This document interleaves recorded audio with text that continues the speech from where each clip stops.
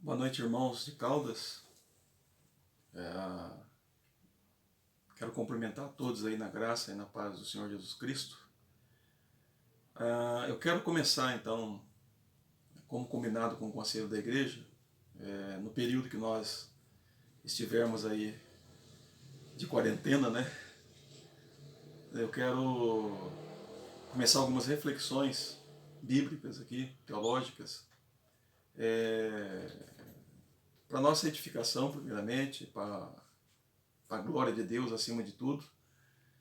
E, e também, por meio das Escrituras, tentar transmitir para os irmãos como é que nós podemos olhar para o problema que hoje a humanidade está enfrentando, e como é que nós podemos agir, né, diante do problema que aí está. Então, a minha proposta aqui então é de fazer com os irmãos algumas meditações, gravá-las e depois passar para os irmãos isso, né, e para nós refletirmos sobre o assunto. Recomendo aos irmãos que passem para frente também, para amigos, né, e colegas. Então acho que é importante que a gente faça uma divulgação também maior da mensagem. O propósito então é trazer uma reflexão sobre os dias atuais aqui. Para isso eu quero fazer a leitura lá em Ezequiel 14, 12, o livro de Ezequiel 14 e 12. Eu quero ler a partir do verso 12 em diante, até o verso 23, que diz assim: Veio ainda a mim a palavra do Senhor, dizendo: Filho do homem, quando uma terra pecar contra mim, cometendo graves transgressões, estenderei a mão contra ela, e tornarei instável o sustento do pão. E enviarei contra ela fome, e eliminarei dela homens e animais. Ainda que estivessem no meio dela esses três homens, Noé, Daniel e Jó, eles, pela sua justiça, salvariam apenas a sua própria vida, diz o Senhor Deus. Se eu fizer passar pela terra bestas feras, e elas a assolarem, que fique assolada, e ninguém possa passar por ela por causa das feras. Tão certo como eu vivo, diz o Senhor Deus, ainda que esses três homens estivessem no meio dela, não salvariam nem a seus filhos, nem as suas filhas. Só eles seriam salvos, e a terra seria assolada. Ou se eu fizer vir a espada sobre essa terra e disser: Espada, passe pela terra, e eu eliminar dela homens e animais, tão certo como eu vivo, diz o Senhor Deus, ainda que esses três homens estivessem no meio dela, não salvariam nem a seus filhos, nem as suas filhas. Só eles seriam salvos. Ou se eu enviar a peste sobre essa terra e derramar o meu furor sobre ela com sangue, para eliminar dela homens e animais, tão certo como eu vivo, diz o Senhor Deus, ainda que Noé, Daniel e Jó estivessem no meio dela, não salvariam nem a seu filho, nem a sua filha. Pela sua justiça salvariam apenas a sua própria vida. Porque assim diz o Senhor Deus: quanto mais, se eu enviar os meus 4 maus juízos, a espada, a fome, as bestas feras, a peste, contra Jerusalém para eliminar dela homens e animais? Mas eis que alguns restarão nela, que levarão fora tanto filhos como filhas. Eis que eles virão a vós outros, e vereis o seu caminho e os seus feitos, e ficareis consolado do mal que eu fiz vir sobre Jerusalém. Sim, de tudo o que fiz vir sobre ela. Eles vos consolarão quando virdes o seu caminho e os seus feitos, e sabereis que não foi sem motivo tudo quanto fiz nela, diz o Senhor Deus. Que Deus nos abençoe na meditação desse texto e na compreensão dele. Nós vamos orar nesse momento. Senhor, nós pedimos que o Teu Santo Espírito, que é o autor das Escrituras, que inspirou os homens santos para que escrevessem a Tua vontade, a vontade que nós precisamos saber, ó Deus, para Te conhecer, para Te adorar, para Te glorificar aqui na terra. Pedimos que o Teu Santo Espírito nos ilumine, ó Senhor Deus, os momentos que vamos passar aqui na Tua presença e na presença da Tua palavra. Dai-nos esclarecimento, ó Deus, entendimento, para que possamos, ó Deus, compreender a Tua vontade e colocar em prática. Abençoe os irmãos que estão cada um na sua casa, ó Deus, que eles sejam fortalecidos, animados, encorajados pelo Senhor e que o coração deles estejam voltados tão somente para o Senhor. E porventura, se alguém que não é cristão ouvir essa mensagem, ó Deus, que seja por Ti mesmo transformado e que o Teu nome seja glorificado na vida deles. Nós oramos, Senhor, no nome de Jesus, o nosso Senhor e o nosso amado Salvador. Amém. Irmãos, nós estamos passando por uma crise mundial e nós temos visto aí nos noticiários, seja pelas redes sociais, seja aí pelos canais de televisão, nós temos visto aí os anúncios, né, do presidente da República, dos governadores, prefeitos e das autoridades competentes, né, como o ministro da Saúde tem falado a respeito do vírus aí que tem assolado o mundo. E com certeza a humanidade toda vai sentir bastante o impacto desse vírus aí, né? Então eu acredito que não vai ter família, não vai ter pessoas que escapem disso, né? Nós vamos ver amigos, né, que foram infectados, parentes que foram infectados. Acredito e seria um desejo que não acontecesse, mas parece que é inevitável, né, que pessoas hão de morrer, como já tem acontecido no mundo e aqui também no Brasil, né, por causa dessa epidemia ou dessa pandemia, né, que está assolando aí, está afetando o nosso mundo. Mas eu quero trazer uma reflexão teológica a respeito disso. E quando eu falo trazer uma reflexão teológica, eu não quero aqui me comportar como um profeta, no sentido aí como está acontecendo agora, né? Alguns aí estão até interpretando Apocalipse, dizendo que isso aí é uma das pragas de Apocalipse, e eu não vou de forma alguma trilhar esse caminho. Mas eu quero trazer sim aos irmãos uma visão bíblica, né, do que está acontecendo, para nós podermos refletir um pouco sobre isso e saber qual é a atitude certa que nós devemos tomar diante de Deus e diante do problema que nós estamos passando hoje. E também futuramente, né? Então, esse é o nosso desejo aqui. Rapidamente eu quero dizer para os irmãos que o livro de Ezequiel é um livro que foi escrito aí entre o período de 593 a 570 aproximadamente, ou 586. É só lembrar que essa data é uma data aproximada, né? Nós não queremos aqui ser absolutos, mas é uma data aproximada. E a mensagem de Ezequiel ela é dirigida para Judá e Jerusalém, que foi o Reino do Sul, né? Lembrar aos irmãos que houve uma divisão no período depois que Salomão morre, o filho dele então assume, e ele quer manter, né, o mesmo regime que Salomão manteve. Então houve uma divisão ali entre os reinos, né? 10 tribos vai para o norte e apenas 2 tribos, Judá e Benjamim, que fica no sul, e aí é conhecido como o reino de Judá. Então o reino do norte foi destruído pela Síria, né? E o reino do sul é dizimado, né? É levado ao cativeiro por Nabucodonosor. Ezequiel, então, ele vive nesse período, né? Ele também é levado para o cativeiro, lembrando que Ezequiel aqui no começo ele é de uma linhagem sacerdotal, mas ele vai cumprir um papel profético no meio do povo de Israel, ou de Judá e Jerusalém. Ele vai cumprir aqui um papel profético. E dentro dos oráculos, né, que Ezequiel vai pregar para este povo, aqui nós temos um deles que está aqui no capítulo 14. É a mensagem que Ezequiel vai trazer então para o povo que está no cativeiro.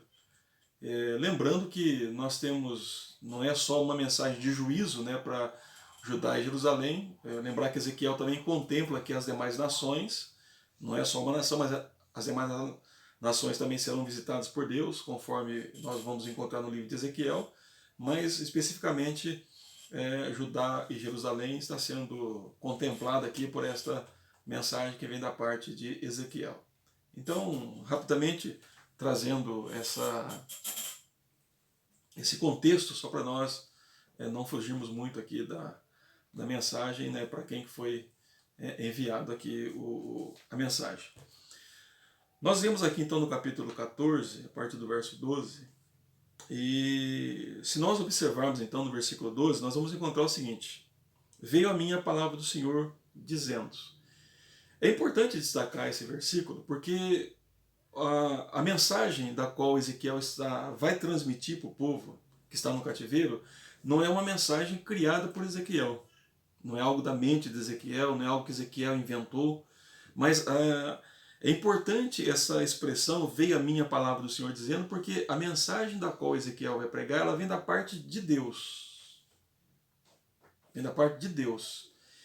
E algo que nós temos perdido de vista nos nossos dias é sobre a pessoa de Deus. Esse Deus que está falando com Ezequiel, quando nós olhamos para o capítulo 1, nós vamos ver que esse Deus é um Deus glorioso, um Deus santo. E esse mesmo Deus que fala com Ezequiel é esse Deus que falou com Isaías, que está no capítulo 6. Nós vemos lá a grande manifestação de Deus ali, e Deus se manifesta como um ser que é santo, santo, santo. Os anjos estão clamando a Deus diante de Deus, dizendo que santo, santo, santo é o Senhor dos exércitos. Toda a terra está cheia da sua glória ou da sua majestade. Então, observe que a mensagem que vem para Ezequiel, ou aquele que dá a mensagem para Ezequiel, é o próprio Deus que fala com ele, e ele então vai reproduzir aquilo que ele está falando para o povo que estava lá no cativeiro. Então, vamos aqui atentar um pouco para isso, que Ezequiel é um homem enviado pelo Deus que é santo. Por que Israel, ou por que Judá está no Egito? Porque Judá pecou contra Deus. Por que Deus trouxe calamidade sobre o reino do norte? Porque o reino do norte, que é Israel, pecou contra Deus. E por que Deus, então, ele traz juízo sobre a terra? Porque ele é um Deus santo. Ele é um Deus santo. Então, o mensageiro aqui, ele é um mensageiro do Deus que é santo, de acordo com as Escrituras. E a santidade de Deus, ela exige que todo pecado seja punido. Porque todo pecado é cometido contra Deus. Davi diz isso lá no Salmo 51. Pequei contra ti e contra ti somente. E fiz o que era reprovável diante do Senhor. Vamos pensar aqui numa coisa, irmãos. Davi tinha cometido adultério, Davi tinha cometido assassinato. Além de outros pecados que ele cometeu ali. E ele diz que esses pecados que ele cometeu contra Deus. Contra Deus. Para mostrar então que todo pecado que é cometido contra Deus. Então o mensageiro aqui é o mensageiro de um Deus santo. E a mensagem que ele vai levar então para Judá e Jerusalém é a seguinte: filho do homem, quando uma terra pecar contra mim, cometendo graves transgressões, estenderei a mão contra ela e tornarei instável o sustento do pão. E enviarei contra ela fome e eliminarei dela homens e animais. Observe que a mensagem aqui que Ezequiel está dizendo é que é sobre o juízo de Deus. Mas como é que esse juízo virá? Ele diz aí: quando uma terra pecar contra mim, cometendo graves transgressões. Quando nós olhamos para o capítulo 5 de Isaías, quais eram os pecados que Israel tinha cometido? Pecado da avareza, porque eles começaram a juntar terra com mais terra, né? Então eles compravam, adquiriam mais bens e bens. Veja bem, não é pecado ser rico. Rico é um dom de Deus, mas ser avarento é pecado. Então, um dos pecados que Israel tinha cometido contra Deus, Judá e Jerusalém também, era a avareza. O outro era a bebedice. Então eles se embriagavam com vinhos, se embriagavam com a bebida, de fato, né? Então eram pessoas que eles não tinham regras, não tinham disciplina, mas usavam algo que era legítimo de maneira errada. Então eles viviam na embriaguez. Outro pecado que eles tinham cometido contra Deus era a imoralidade. Imoralidade. A promiscuidade que eles cometiam era feita à luz do dia. Homem com homem, mulher com mulher, uma série de pecados de ordem imoral, né, de ordem sexual, eles estavam cometendo contra Deus.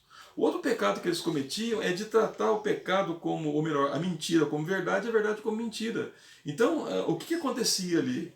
Aqueles que eram justos eram desprezados pelas autoridades, e aqueles que eram imorais, eles eram louvados.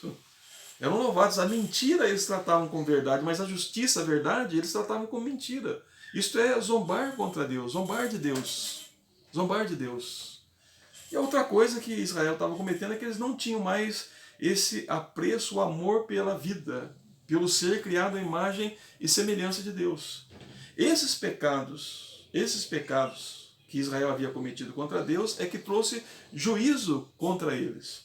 Tanto é que no capítulo 1 de Isaías, Deus compara Israel, né, Judá e Jerusalém, como o povo de Sodoma e Gomorra. O povo de Sodoma e Gomorra, e lá em Sodoma e Gomorra os pecados eram esses. Pecados imorais, pecados de avareza, pecado da promiscuidade, pecado de homem deitando com homem, mulher com mulher, e tornando isso uma regra, né, para a sociedade. Então eles chegaram no limite que Deus trouxe juízo sobre eles. Mas por que Deus fez isso? Porque eles pecaram contra o Deus que é santo. Um Deus que não compactua com pecados. Um Deus que não tem prazer no pecado. Um Deus que a sua própria santidade, ela vindica da parte do pecador, ou daquele que pecou contra Deus, o juízo, a justiça, a ira de Deus sobre eles. Então, a mensagem de Ezequiel é uma mensagem bastante dura, dizendo: quando uma terra pecar contra mim, o texto diz, o próprio Deus diz, estenderei a minha mão contra ela. Aí então vem o juízo de Deus. Ele diz: tornarei instável o sustento do pão e eliminarei dela homens e animais. Homens e animais. Deus estendendo sua mão contra a terra. Amados, eu quero refletir um pouco aqui. Nós temos aí algumas teorias que poderão se confirmar como verdadeiros. Por exemplo, alguns acreditam que esse vírus que está aí assolando o mundo é um vírus que foi criado em laboratório. Alguns acreditam que esse vírus é uma contaminação, né, que por decorrência, né, de uma má alimentação. Nós sabemos que lá na China, os chineses eles comem praticamente quase todo tipo de animal. Foi um hábito que eles assumiram quando houve guerra entre eles lá, né? Então a guerra foi tão dura para eles que não tinha alimento, então tudo que se mexia eles iam e comiam, né? E eles continuam fazendo isso até hoje. Hoje não é mais por causa da guerra, mas talvez por ser uma nação muito grande, tem uma população muito grande, né? Aproximadamente 1,3 bilhão de habitantes, e talvez não ter todo o alimento que eles precisam, então alguns eles usam esses recursos naturais que ali estão, né? Comem animais impróprios, né? Para alimentação, e possivelmente se contaminaram, e aí então esse animal contaminado contaminou o ser humano e que começou a contaminar a todos. Então temos essas teorias aí, que é possível e pode ser verdadeiro, mas eu quero só destacar algo para os irmãos aqui, que por trás de tudo isso está as mãos de Deus. Jesus falou que nenhum pardal cai sem a permissão de Deus. Lá em Deuteronômio é dito que Deus é aquele que não há outro Deus além dele, né? E diz que Deus mata e Deus faz viver. Deus abre a ferida e Deus fecha a ferida, e não há quem possa escapar das mãos de Deus. Para mostrar então que neste mundo que Deus criou, nesse mundo que Deus formou para a glória dele, Deus é que é o rei, que domina, que controla todas as coisas. E nada acontece sem que Deus queira que aconteça. E Ele é o rei deste mundo. Então, só lembrar aos irmãos que essa epidemia, essas teorias podem se confirmar, mas uma coisa nós não podemos negar, que as mãos de Deus estão por trás de tudo isso. Deus trazendo juízo sobre a terra. Vamos pensar um pouco. Nós estamos vivendo num mundo hoje que é um mundo materialista. As pessoas têm amado mais os bens materiais do que as pessoas propriamente ditas.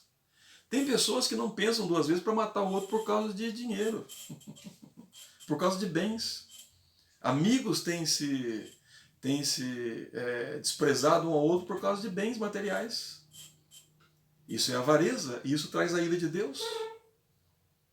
A Bíblia não te proíbe você de desfrutar das coisas que Deus criou. Não, não é pecado você ser rico, até porque ser rico é um dom de Deus. Mas ser avarento é pecado. Querer tudo para você é pecado. E isso provoca a ira de Deus. Nós estamos vivendo hoje num mundo que é imoral. É imoral. Eu acho que aqui muitos vão lembrar que havia um tempo em que aquelas bancas de jornais, né, tinha algumas até que vendiam aquelas revistas, né, pornográficas, mas havia um pano preto assim que cobria, então não era qualquer um que via. Hoje é exposto a público, para todo mundo ver, adulto, criança, entra numa banca muitas vezes, né, você tem lá, né, o corpo da mulher, o corpo do homem exposto a público, para todo mundo ver. Isso é algo imoral. Deus não criou o corpo humano, ou criou o ato sexual para ser, para ser algo tão vulgar como hoje tem sido demonstrado aí. Veja as festas de carnavais que nós temos aqui no Brasil, o tanto de imoralidade que nós vemos, o tanto de promiscuidade que nós vemos. Agora, vamos pensar numa coisa, amados irmãos. Deus, o Deus do Antigo Testamento, que não mudou, que é santo, que trouxe juízo no período do dilúvio, que trouxe juízo no período de Sodoma e Gomorra, que trouxe juízo sobre o povo de Canaã que vivia dessa maneira, não trará também juízo hoje? Deus não mudou. Alguns pregadores aí que tentam criar um Deus que não é o Deus da Bíblia, dizem, olha, o Deus do Antigo Testamento era um, e o Deus do Novo Testamento é outro. Não é verdade. O Deus do Antigo é o mesmo Deus do Novo. Aquele Deus que agiu com juízo e graça no Antigo Testamento é o mesmo Deus que age com juízo e graça no Novo Testamento. Lembrando os irmãos que nós vamos encontrar mais palavras de juízos no Novo Testamento do que no Antigo Testamento. Então é importante que nós reflitamos sobre isso, que primeiramente Deus é um Deus santo. E esse Deus santo, quando uma terra peca contra ele, ele estende as suas mãos contra essa terra. E aí então Deus pode trazer diversos juízos. Como desde da escassez do alimento, né, como mortes de pessoas, de animais. Deus pode fazer isso. Mas ele faz isso não é porque Deus tem prazer, mas ele faz isso porque ele está dando uma resposta ao pecado humano. Ao pecado humano. Então vamos pensar um pouco aqui, de maneira bíblica. Será que esse mal não é resultado dos nossos pecados? Será que este mal que está assolando a humanidade não é resultado do pecado humano? E muitas vezes nós queremos, vamos dizer assim, confortar o nosso ego, o nosso intelecto, dizendo, não, mas é uma questão científica, não, é só uma questão de uma alimentação, então sempre a gente quer atribuir algo a alguma coisa, mas deixando Deus de lado. Eu aprendi e tenho aprendido, e quando estudo a Bíblia eu vejo isso, Deus está 100% envolvido com este mundo. Nós não somos aqui panteístas, dizer que tudo é Deus. Não, não é isso não. Deus é um ser único. Não há ninguém semelhante a Deus. E Deus trouxe a existência a esse mundo, mas temos que lembrar de uma coisa. Este mundo continua sendo dirigido por Deus. Este mundo que nós vivemos é um mundo de Deus. Deus criou para a glória dele, para a honra dele. Nós fomos criados para adorar a Deus, para glorificar a Deus em todas as coisas. O nosso prazer tinha que estar em Deus. E esse mundo aqui, ele foi criado para refletir a glória de Deus. Mas o que a humanidade tem feito? A humanidade tem desprezado Deus. A humanidade tem abandonado Deus, à semelhança do período de Noé. A semelhança do período de Abraão, no caso lá de Sodoma e Gomorra. A semelhança do povo cananeu, que vivia numa terra que mandava leite e mel, que estava ali refletindo a glória de Deus, mas eles não viram isso, adoraram a outros deuses, ao invés de servir a Deus. E isso está acontecendo com Israel, porque o próprio Israel, que é o povo de Deus, virou as costas para Deus, e por isso Deus então está conduzindo esse povo para o cativeiro e trazendo juízo sobre o povo de Israel. Então, irmãos, é importante que nós percebamos isso, que nós estamos vivendo no mundo de Deus. E esse Deus que criou o mundo é um Deus santo. E a santidade de Deus exige que ele puna o pecador. Ele puna o pecador. Mas quero chamar a atenção ainda dos irmãos, não fugindo do texto, mas pensando teologicamente para os irmãos, que é importante que nós, se nós quisermos entender mais ainda sobre o juízo de Deus, olhe para a cruz, olhe para Cristo. Cristo é o Filho amado de Deus. Não existe nada nesse universo que Deus ama mais do que o seu Filho, Jesus Cristo. Agora, veja como o Pai tratou o Filho na cruz. Deus ali estava derramando sobre Cristo toda a sua ira, e não por causa de Cristo, porque Cristo não tinha pecado algum. Era sem pecado. Mas como ele assumiu o nosso lugar, como ele tomou o nosso lugar, como ele é o nosso substituto, ele estava sofrendo no seu corpo e na sua alma aquilo que nós tínhamos que sofrer. As consequências do nosso pecado estavam sendo agora lançadas sobre Cristo Jesus. O Filho estava sofrendo em nosso lugar. E um sofrimento, irmãos, que um ser humano normal não pode suportar. Não pode suportar. Por isso ele é 100% Deus e é 100% homem. É 100% homem. O que sustentou a sua humanidade ali, depois que Deus despeja a sua ira sobre ele, é que ele também era 100% Deus. Mas eu quero chamar a atenção dos irmãos para que olhem para a cruz, olhem para Cristo, porque o sofrimento de Cristo, conforme Isaías escreve lá no capítulo 53, que Deus iria moê-lo, que Deus o fez enfermar, que Deus o feriu de morte. Mas Deus fez isso por causa dos nossos pecados. Por causa dos nossos pecados. Pecamos contra Deus. A santidade de Deus exige juízo e exige justiça. Então, Ezequiel mostra que quando uma terra pecar contra Deus, cometendo graves transgressões, Deus estenderia a mão contra ela e então traria sobre essa terra os seus juízos.